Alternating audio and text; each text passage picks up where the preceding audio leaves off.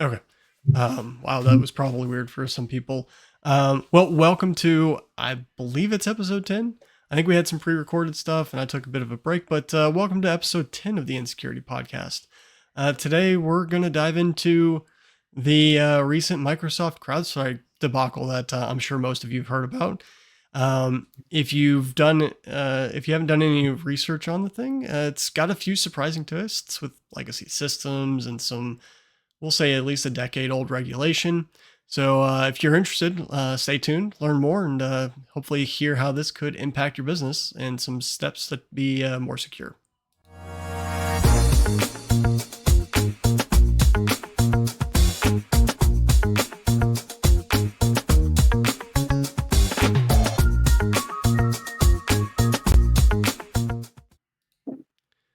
All right, and we're back. Like I said before the little video, we are going to talk about the fun Microsoft and CrowdStrike debacle.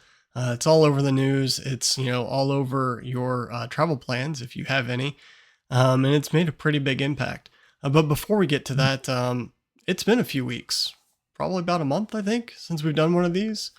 So it's probably a good time to catch back up. Um, I'll go first since I think I caused the long break in the podcast. So I was away for 3 weeks, off in Italy with family. Celebrating. I think celebrating our 20th wedding anniversary, and me and my spouse turned 40, and so it's just a bunch of big milestones. So we took a long trip to Italy. Visited as much as we could within those 3 weeks, spending some time here and there and seeing sights, and then of course relaxing before coming back and getting back into the groove of things. So that is what I've been up to in the very short short description of it. And Tim and I will probably chat more about that trip a little bit later. But that's what we've been up to, and now just getting, like I said, back into the groove of things and doing these podcasts. One thing I do want to highlight about this particular podcast, I've done a scant amount of research on podcasts, and apparently episode 10 is like a milestone. Most podcasts don't make it to 10. So, how like restaurants close within a certain number of years. Well, the podcasts don't tend to make it to 10 or past 10. So, here's hoping we get through this one and the next one. And we've, beat the most. We beat the statistics. So I'm sure we'll have a good one next week, and, hopefully keep pressing these on. So that's what I've been up to. It's the big life events on my side. Tim, you and I were chatting a little before I kicked this off, and I've got an idea of what you're going to share. But what have you been up to in the last 3 weeks? I have been moving. So I think I mentioned on a previous episode that I had been working on buying a house in Connecticut. I've been working on buying this house since February. We finally closed on July 10th, and I'm now in my new digs and my new office off the master bedroom in the new house rather than being on a whole different floor. It's good stuff. It makes my commute even shorter. Commute from the Although bedroom. I'm closer to the actual office, so I can actually drive in a couple hours instead of needing half a day to fly in.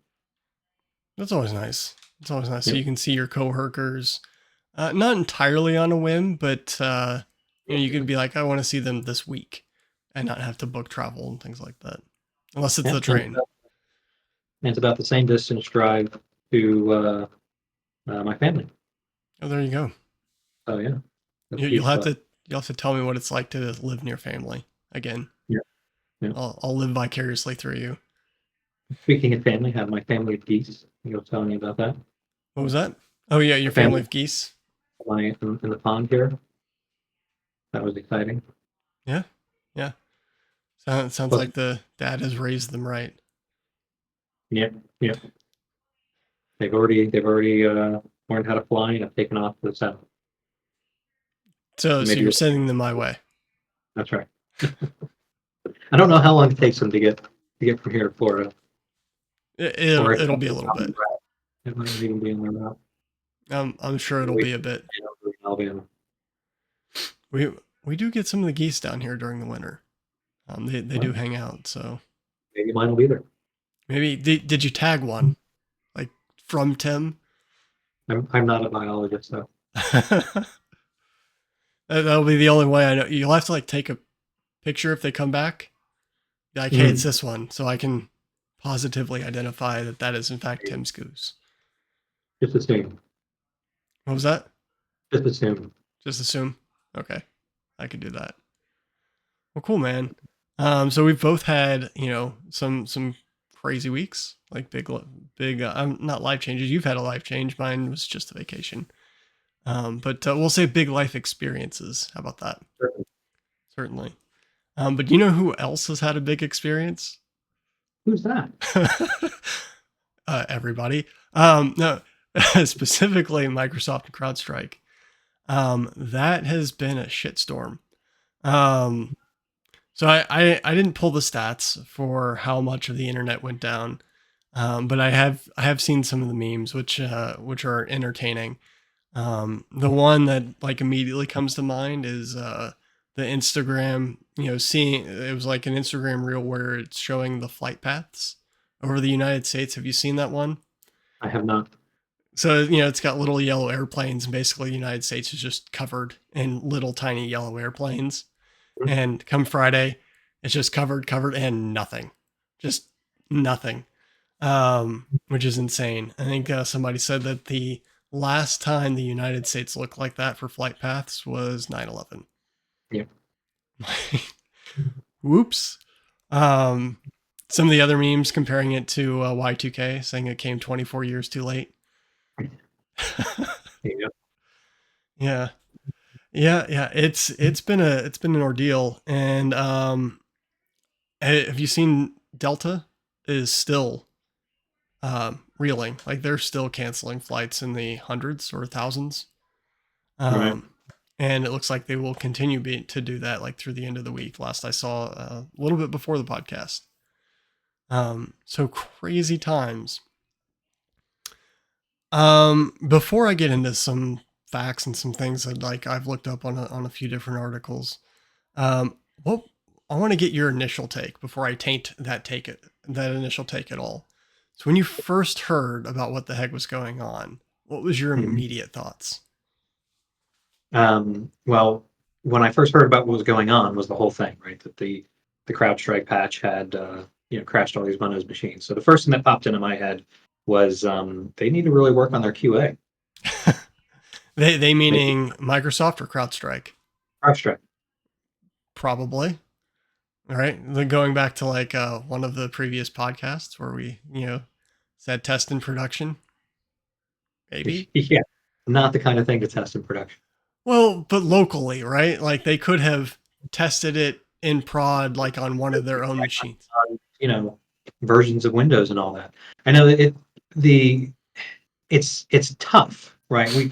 We've had these kinds of conversations before in the past about, well, I say in the past, like in the 90s especially, and early 2000s of the, comparing, everyone talking about how stable macOS was versus Windows and all that. And it's the idea that, well, on Mac they own, Apple owns the hardware and the software. It's much easier for them to test all these different permutations, and they're very strict on what gets on their platform.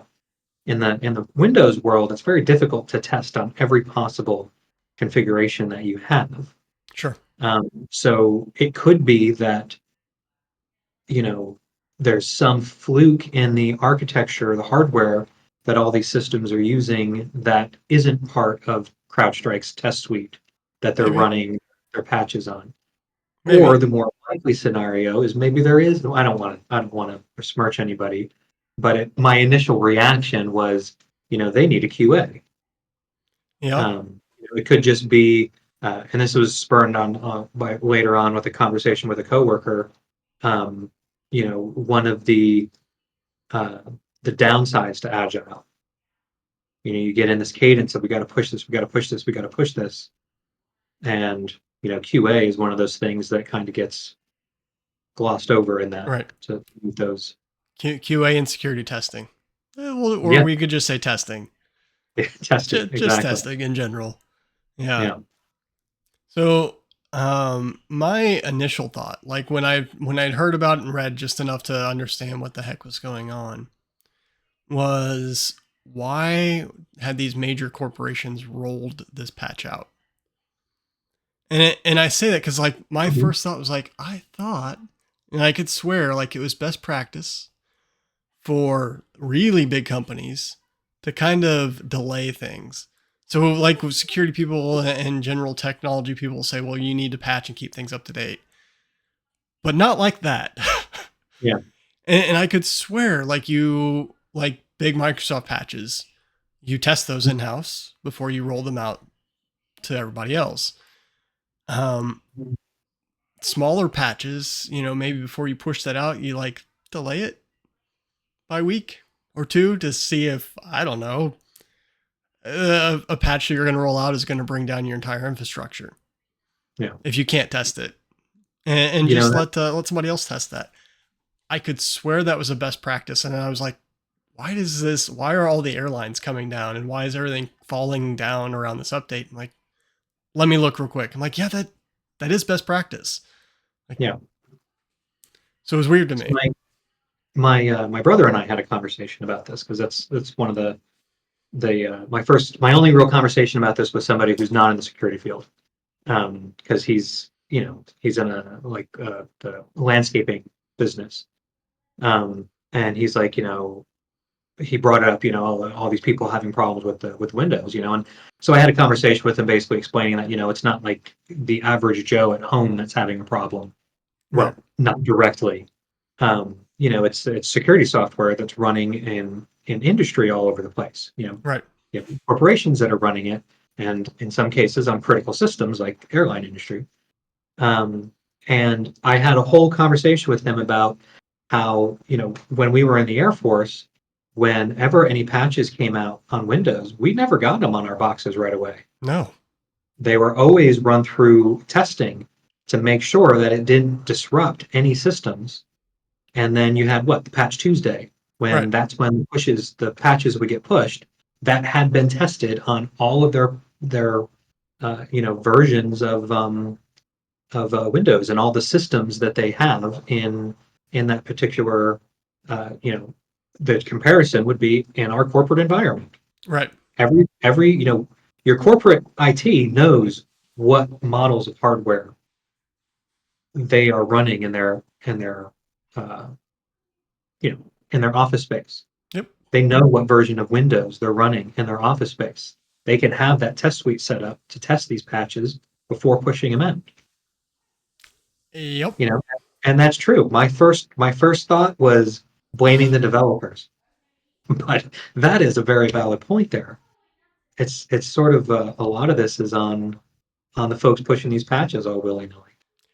yeah, yeah. I mean, so certainly there's some fault by the developers, no doubt. And developers may be the wrong, like in the Not the development process, development process, yes. right? Because that So somebody wrote a bad line of code or two, whatever. But the process should have caught that in theory. when I said developers, I wasn't referring to the individual, engineers. I was referring to the software developers, the company that put the software out. Right. You weren't referring to the prior CrowdStrike employee. Oh no, probably not. Like the whole Experian thing, right? Yeah. So That was patching too. yeah, it's interesting that you brought up Mac and them having control and Microsoft not having control. And this is where like some of the history comes in. Do you know in 2009, EU, did what it did and protected consumers and actually said, hey, Microsoft, you have to give access to your kernel because Windows Defender has an anti-competitive position right now. So the EU had set this essentially up in 2009 to give access to the kernel. So if you're, my next thought was like, why in the hell did Microsoft let some random process have so much rights within the operating system that it would cause this issue? EU Mhm. said they had to, Of course. of course. I mean, and the regulations are good, but here's that double-edged sword where you're like, well, if you have to give access to the kernel, these things have access to the kernel. Like Microsoft's hands are tied. So if you're like, hey, Mac didn't have this problem and dot dot dot didn't have this problem, well, Mac also doesn't have those same regulatory pressures that Microsoft does. They may soon. I've heard more from the EU, and the EU certainly pushing more on Mac because they're anti-competitive. So we may soon see like a iPhone that is allowed to sideload apps, because I think the EU is pushing that. But 2009 set this up. This is also not the first time this has happened. In 2010, McAfee had a similar patch that they pushed out and recognized servicehost.exe as virus. And you can imagine how well that went. Yeah. And that was kind of one of my thoughts, is like when somebody was asking me like what's going on, I'm like, well, none of the articles have said, but this is an antivirus company. So my going assumption is somebody rolled out a definition that made a kernel file or a kernel process look like a virus. And, CrowdStrike did what it's supposed to do. It was like, ooh, that's a virus. Off. That's my going assumption until I hear anything else. It's like somewhere within CrowdStrike, the part of that update said that Windows service off. And it just happened to be a really important Windows service. Yeah. The CTO of McAfee is currently the CEO of CrowdStrike. And this was so bad for McAfee in 2010 that that's what enabled them or forced them to be sold to Intel. Right. So good news, that exec has dealt with this before. Right. Bad news, I don't think he learned the correct lesson. Nope. Oops. Anyway. So yeah, that's interesting. So it's a regulation, I think, that really opened this door, but it's not the first time we've experienced it. I think just probably the difference is 2010, like maybe we didn't feel the impact on like the internet infrastructure as much, or some of those services. Like trying to remember back to what the heck I was doing in 2010. Leaving the Air Force, that's what I was doing. Yeah. Yeah. I mean, it's likely that it was just, maybe, I don't know how big McAfee was in the corporate world back then. It might have been more of the Norton being in control. I know that's who the Air Force was using in those days. Maybe. Yeah. Or they might have switched to McAfee. I remember seeing McAfee come along sometime after Norton on at least one of the systems I was on. We're like, hey, we're replacing Norton with McAfee today. I'm like, okay, great. Right. All right. So, still big debacle. But not a whole lot that I think Microsoft could have done. In all honesty, right? No, I don't see much that Microsoft could have done in this case. Within what they are legally able to do. Right. I mean, lock out the kernel, but they're not allowed to do that. Regulators will smack them for that one. I think honestly the onus was on CrowdStrike and the folks rolling out those patches and updates. Let me see. So now that you know a little bit more about the background, any different opinion on like how that happened, or what you would have expected? For Well, I think I already. Are you asking me? Yes, go ahead. I think I already showed my hand there that my initial thought was QA within CrowdStrike, but now kind of thinking that if I was going to say what the weakest link here was, it would be the enterprise's testing patches before pushing them out to their infrastructure or their enterprise. Yeah, and that like I said, I had to look that up, and that's supposed to be the best practice is test the major patches. Now, I mean, obviously, you're not going to test every Java update, right, or every whatever update is getting pushed out to the system. There's a lot of different systems, especially if you're writing software, and there's a lot of different systems. Like it becomes hard to test all of those updates. Sure. Fine, I get it. But maybe definitely your OS updates. Right, Yeah. I think we can confidently say that. And I would add to that list anything that touches the kernel. Yep. So if you've got And McAfee, I would say any sort of security, any of the security software that gets pushed out there should be, because it's so many cases of that. That's a point of failure. You're going to stop the business. yeah, yeah. So like WAFs, and other things like that, firewalls, critical Yeah. infrastructure, right? So you should be testing that in house if you're large enough. And I couldn't tell you what large enough equals, right? Mm. I mean, I don't think mom and pop store selling backpacks is going to be able to test every update that they have to their systems, um, if they're running in house. But But what was that? airlines are big enough. Airlines are big. Airlines are big enough. Certainly, certainly. And they definitely should have tested this before rolling things out. Oh, I did miss one other thing. Do you know who was not impacted? And it Who? was one of the airlines. Do you know which airline was not impacted? I don't. Southwest, Interesting. because their critical systems are on Windows 3.1 Oh, and 95. I did hear about this. I didn't know who it was, but I heard about the Windows 3.1. I was about to bring that up. Right. Yeah. So their critical infrastructure. They're like bragging. They're like, "Hey, so we're still good. Our critical infrastructure is on Windows 3.1 and 95." Um, so I guess good for them that they weren't impacted. But there's some lessons there as well. Don't be on Windows 3.1. What? I I don't know why I had to say that.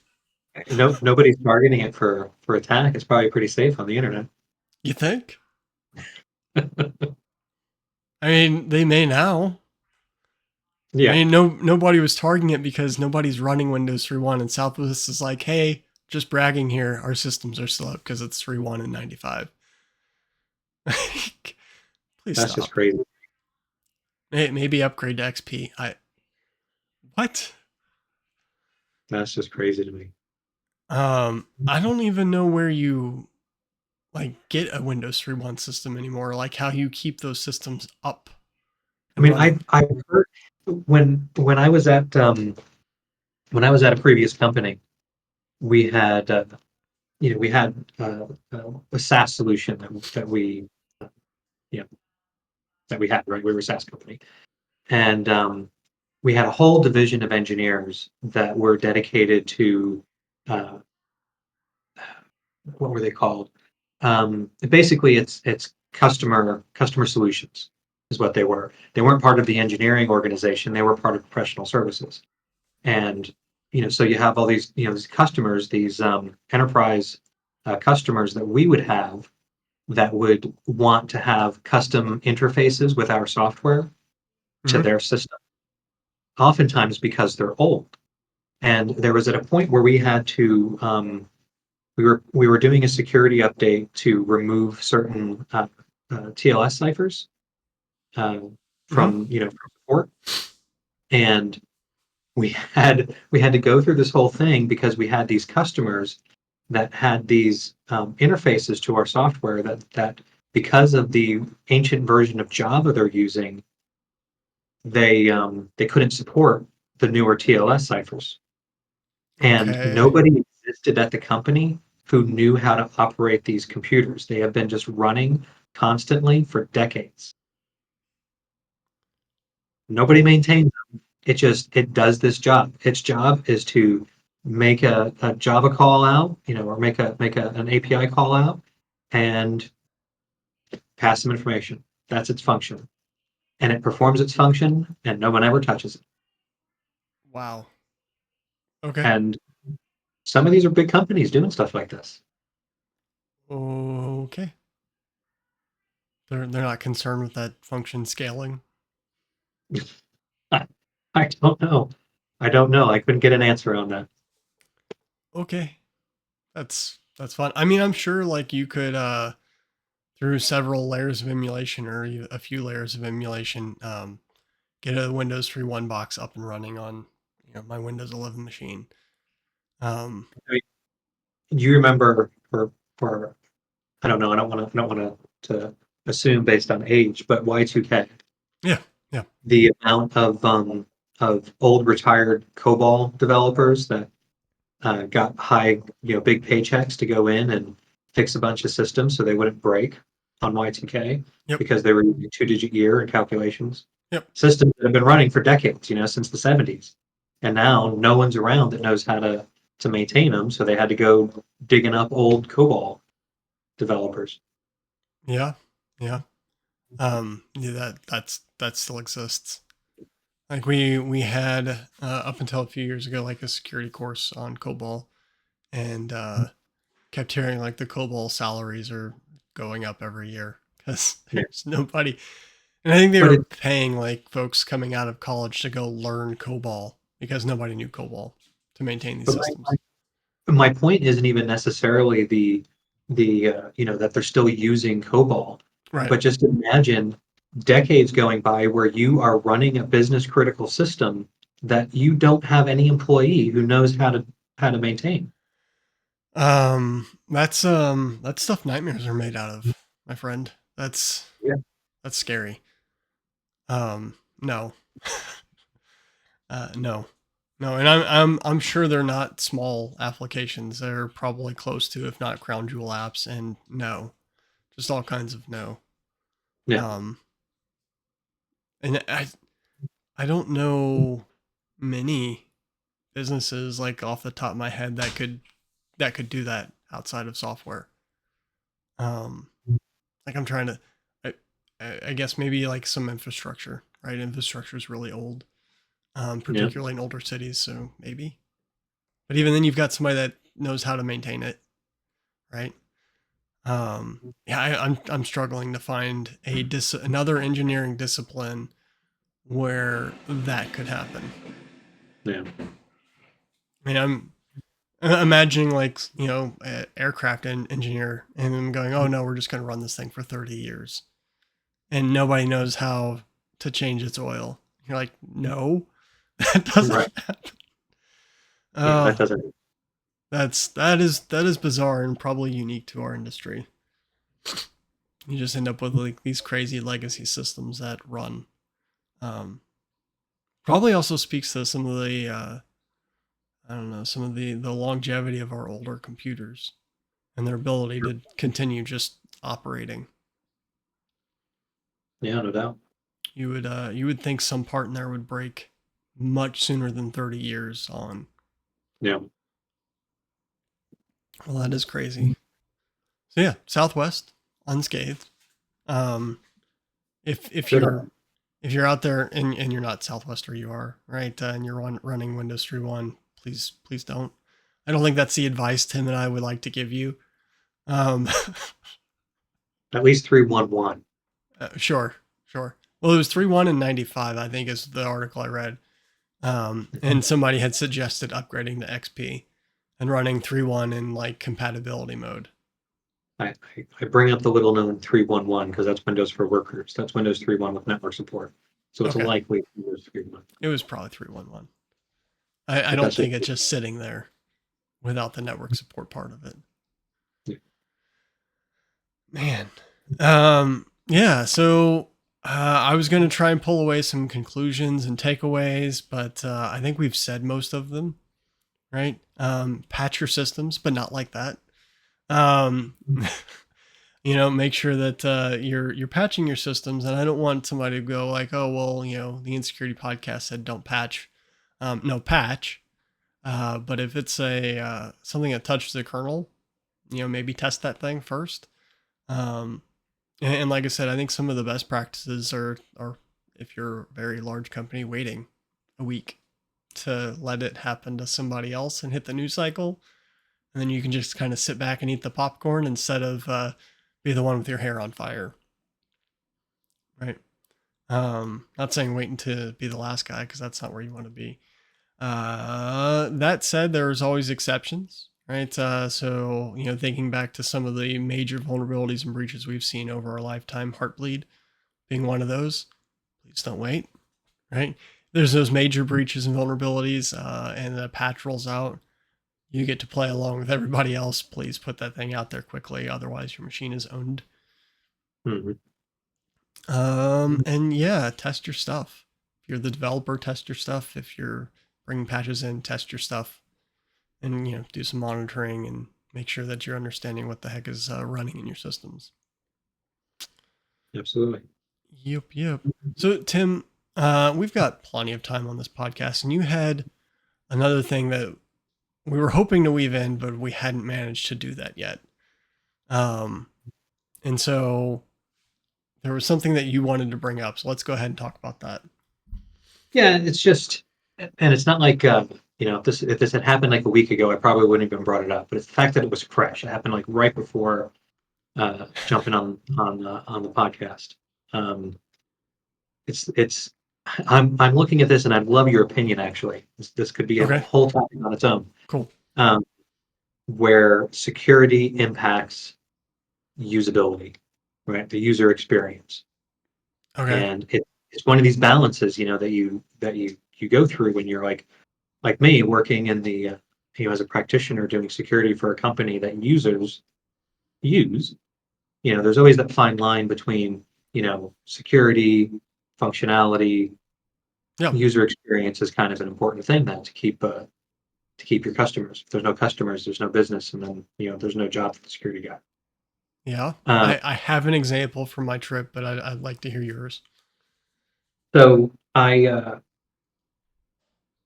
recently moved, Mm-hmm. and my wife and kids are back at Alabama, and they have the car. They drove back to take care of some other things at the house, and so I needed to get some groceries. So I was decided to order some groceries online Uh-huh. from a big national company that has grocery delivery. So I had gone into my app and I saw that, oh, they have this paid version or whatever. You get free delivery, quicker delivery, and like Sure. some other little benefits. And there was a free trial, so it's like, sure, I'll take the free trial and go get some free delivery of my groceries. So I go in there and I sign up, and I have to update my address, of course, because I've moved and I don't want this stuff delivered to my old house in Alabama. Right. And then I go in and I build my cart and I check out and I make my payment. And I'm like, okay, great. I'll have groceries in the morning. And then I get this little email that my order was canceled due to unusual activity. Sure. And I figure, okay, changed a bunch of information, and now security thing triggers. Makes perfect sense. Yeah, or the So credit card address doesn't match the address for where the groceries are going. Maybe. yeah, Keep going. Yeah. could be that. So then uh, it tells me to change my password. Right, I can't get back into my account until I change my password because of this unusual activity. Okay. So I change my password, redo my order, boom, canceled again for unusual activity. No further explanation. Okay. So it's like, okay, well, I'm not going to keep going through this. What the heck's going on? And so you go online to the little support, and the why is my order canceled lists a whole bunch of reasons that have nothing to do with this. Sure. So it's like, okay, let me click on support. So it brings up a chat bot. Fun. What's the problem? Oh, well, my order was canceled. Oh, well, here's the reasons why it could be canceled. Same reasons you just Okay, read. Yeah. the reasons, this is what's going on. And then it goes and proceeds to tell me something about uh, that inventory is low and that's why it was canceled. It's like, no, it says unusual activity. It's not that. Oh, I can't help you with that problem. So it's like, okay, give me an agent. Let me chat with a live person. Well, Uh-huh. apparently they don't have live people to chat with because it gives me a phone number to call. Sure. So then I call this number and I get on and I talk to the person, and it doesn't even tell them why it triggered for unusual activity. So then there's this whole thing of, okay, well, this is me. This is what happened. Here's my story. and then it's okay. Well, now this is being forwarded to our risk department for investigation, For and groceries. you Okay. know you should hear something back from them when the order is cleared, but then wait like an hour. No, it was wait 30 minutes or an hour or 24 hours before doing your order again, and make sure it's exactly the same. Okay. Like all information exactly the same as the original order. Like what? Then it's going to trigger me again? I mean, the fact that there's no easy way to resolve this and like verify my identity. I do business online all the time with banks and other entities where there's live over the internet verification of who I am, or a phone call with somebody who verifies who I am, with specific information or whatever. They don't have that in place. So when Right. you get in the position where, oh, you've moved and now you've tried to order groceries, and no, now we're going to go ahead and cancel your order, and your only recourse is to wait for some investigation team to go through, and I don't even know what they're going to do. It boggles my mind. Yep. And it's a big company. Yep. Yep. That's a problem. They should fix Yeah, that. yeah. Um, I'm all for having security in place to prevent fraud, prevent somebody from ordering a bunch of groceries on my account to somebody else or whatever, yeah. or using my credit card, stealing my credit card and buying groceries for themselves in another state or something like that. I suppose that's the thing that they could be looking at. Somebody got my credit card, so then they changed my address to where they live, but with my name, and whatever the case is, whatever it was that triggered this. Yeah. So it's interesting to me, like, one, that they need to fix some of that, and do like better like checks to verify who you are, Yeah. and rather than just canceling the order. But it's interesting to me that the grocery store company, um, is having issues taking the payment, because I would They took have. Hmm? they took my payment. Oh, I paid like, with PayPal. oh, okay. I So it so wasn't a credit card thing at all. This is a PayPal. but I would like, I would have assumed that the risk transference of a fraudulent order would have been transferred to your credit card, not to the grocery store. Right. And so that part's interesting to me, like why they care that much about security. I mean, not that I'm saying that you shouldn't care about security. Well, I can see in that situation having to do you wanted to do your due diligence. And like Some, when we do orders where we might take a credit card or there's some sort of financial thing going on, we're going to do our due diligence to make sure that it's valid, and there's sure. services in place to do that for you. Before running it through. Um, Yeah, yeah, you know, yeah. Some of them are better than others, but yes, there are, and that's what they should be doing. Um, but it's still but this is a interesting to me, PayPal, like, so it's not even a credit card fraud thing. what was that? But this is over PayPal. It's not even a credit card fraud thing. Yeah, that's true. So maybe it's a, like somebody's got to take on a certain level of risk, right? They should be doing their due diligence to mitigate that risk, but somebody's still taking on the risk. And So like, so here's the situation, right? My understanding is you could have it where the the information is stored in your profile, mhm, right? In the app or what have you, that, this is my payment information. So if somebody were to compromise my account and that information is tied to my account, then they could change the address and place an order through that account that's saved on their system. Because they're saving the account on their system, they have to act, as a steward of that information to prevent fraud, the fraudulent use of it. so the credit card company stipulates that, It, right? The it could be. PCI stipulates that, right? That they Yeah. would have to. Okay, so PCI is like putting that risk upon them.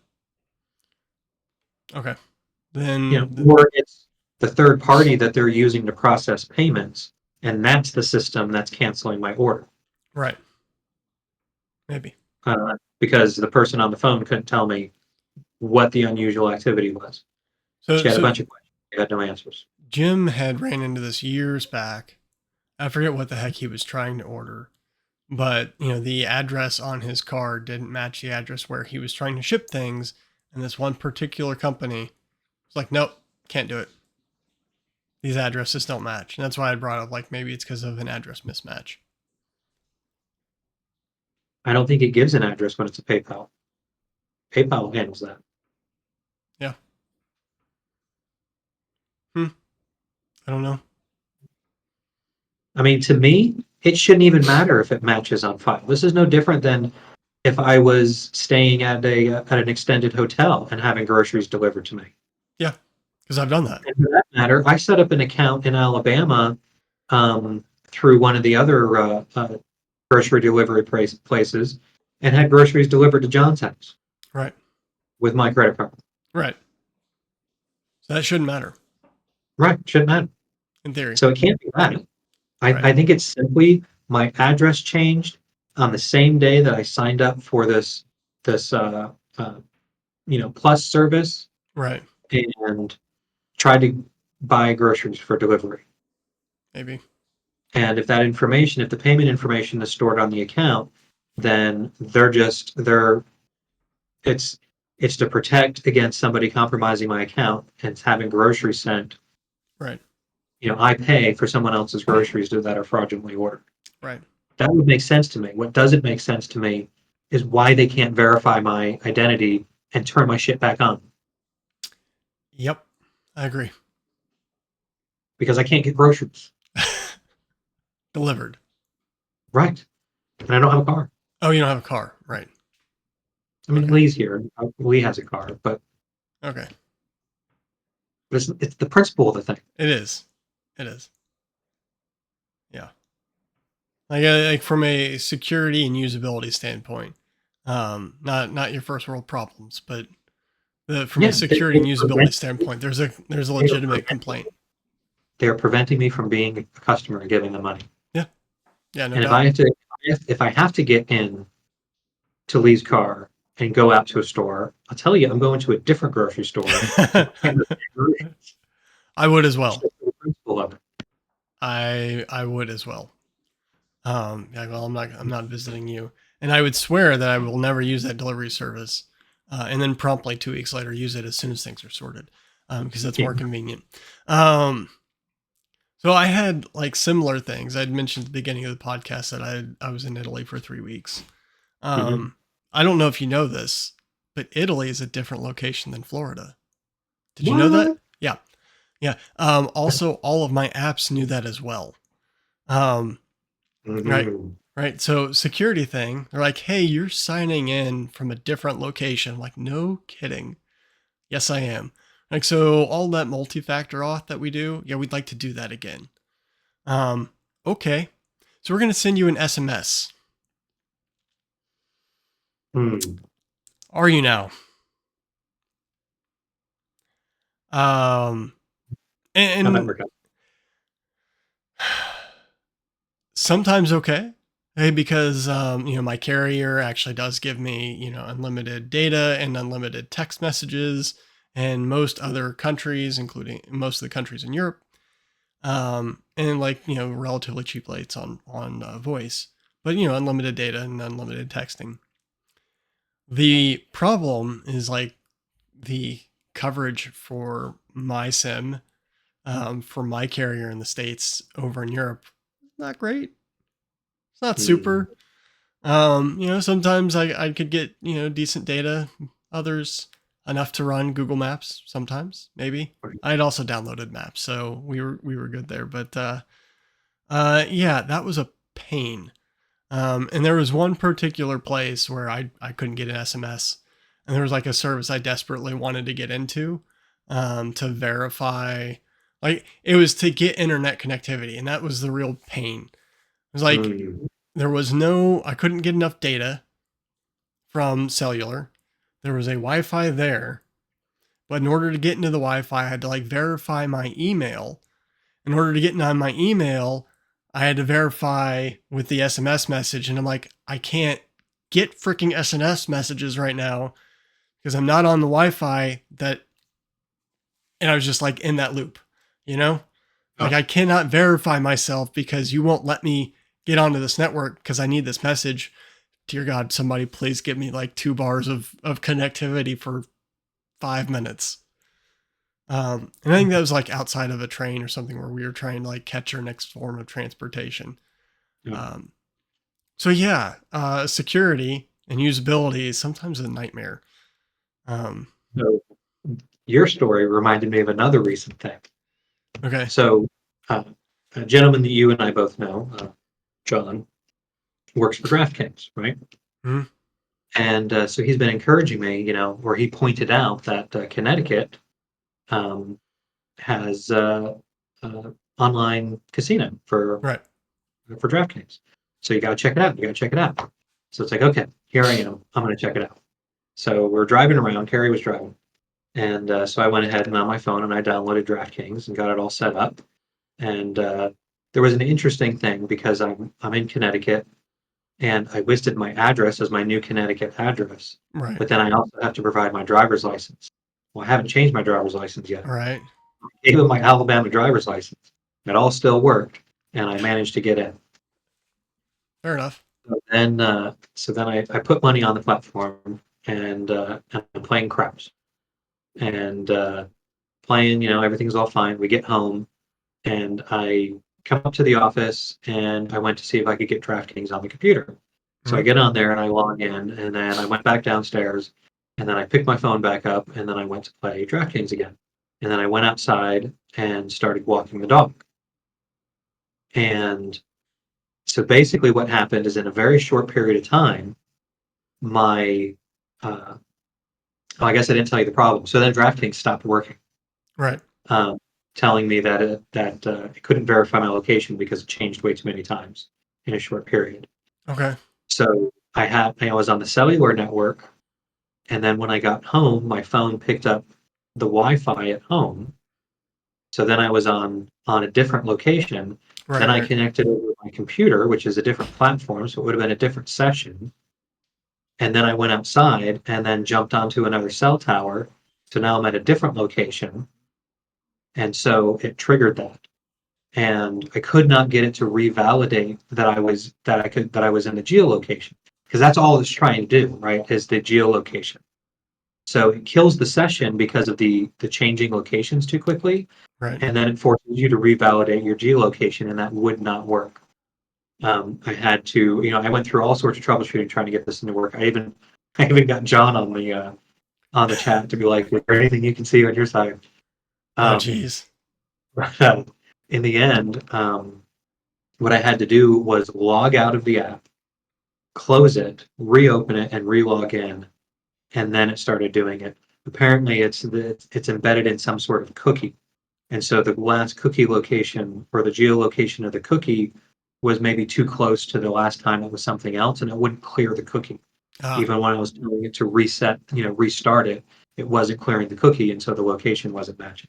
gotcha. So rebooting it cleared the cookie. I was able to get in. So not quite your problem, but again, one of those things of these security things, and then not having proper mechanisms for resetting and Yeah. impacting the user experience. Yep. Yep. Yep. People need to test things. Test things in production, please. Yeah, And maybe some of those edge cases. Maybe. right. Um, that'd be nice. Go out to the middle of nowhere and test all those security features and be like, hey, so this kind of breaks for some people. Maybe have a different way of verifying stuff. Yeah. Yeah. Well, good times. But you were able to get in. I Yes. did eventually get my data. You have still not got your groceries though. I still have not got my groceries. Well, that's unfortunate. Hopefully they show up tomorrow. I'm waiting for an email. You're waiting for an email. Alrighty then. All right. And on that note, unless there's anything else to add, that's probably where we're gonna leave Tim, waiting for an email. Absolutely. Um, just to wrap things up real quick. I mean, we did talk about the Microsoft CrowdStrike issue. Um, and it was the developer's fault and IT's fault, right? That's right. All right, fantastic. blame the developers in IT. But I mean, in all seriousness, probably not like the developers, but the development process that didn't catch things in testing. Maybe test some stuff before you roll it out. See how it works on your machine. And then same thing, test stuff before you roll it out enterprise wide, particularly if you're an airline. And that may save you some heartache in the future. I think that's our two big lines there. And with that, I usually have some like sign out stuff, and I didn't bring it up. I'm getting back into the groove of things. But I'm Drew Thompson, Tim Champagne. Thanks for joining, buddy. And this is the In-Secure-Ity Podcast, and we'll see you on the next episode. Until then, see you later.